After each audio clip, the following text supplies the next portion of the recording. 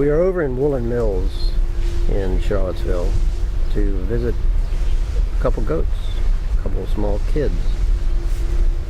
And there's been a lot of publicity lately. The city council just passed an ordinance allowing citizens to have a couple goats under certain circumstances. And Laura is going to explain exactly what's going on with these guys. Laura, how does it work having these two? Where'd you get them and how old are they?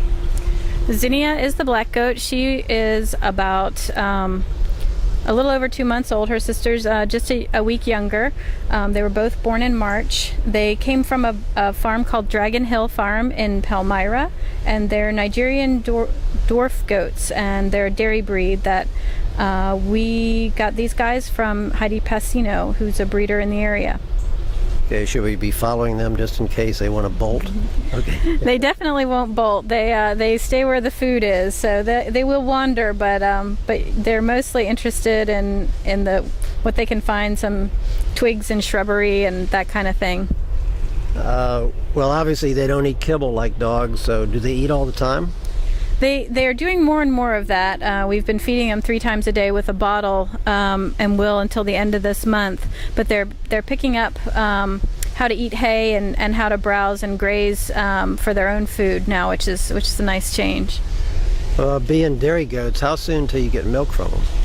Well, these girls will have to have babies of their own before they'll give milk, and they have to be a year old before you can breed them, and then they'll have to carry their young for 4 or 5 months. In order for us to get babies in the springtime, it's probably going to be March of 2013 before we can actually milk these girls. All right, well, let's go up a little ways here. And I imagine you have to keep them in a pen when you're not around, because dogs would probably go after them. Exactly, though they'll stick pretty close to home. The big issue is predators, and the main ones being dogs. So we have them penned up, and then when we're home and out in the yard, they get a little outing time to get some additional exercise and to browse around for food. And do they make any noise at night or any during the day?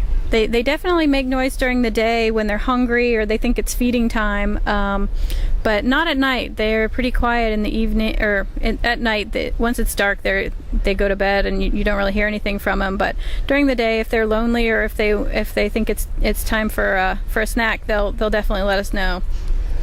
Do they ever stop eating? I mean, they sleep at night, I imagine. They do stop eating at night, but this is pretty much their full-time job.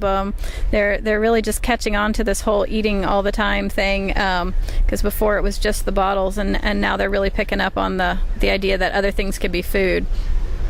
Well, thanks for answering the questions, and lots of luck with what you have. I think it's really terrific.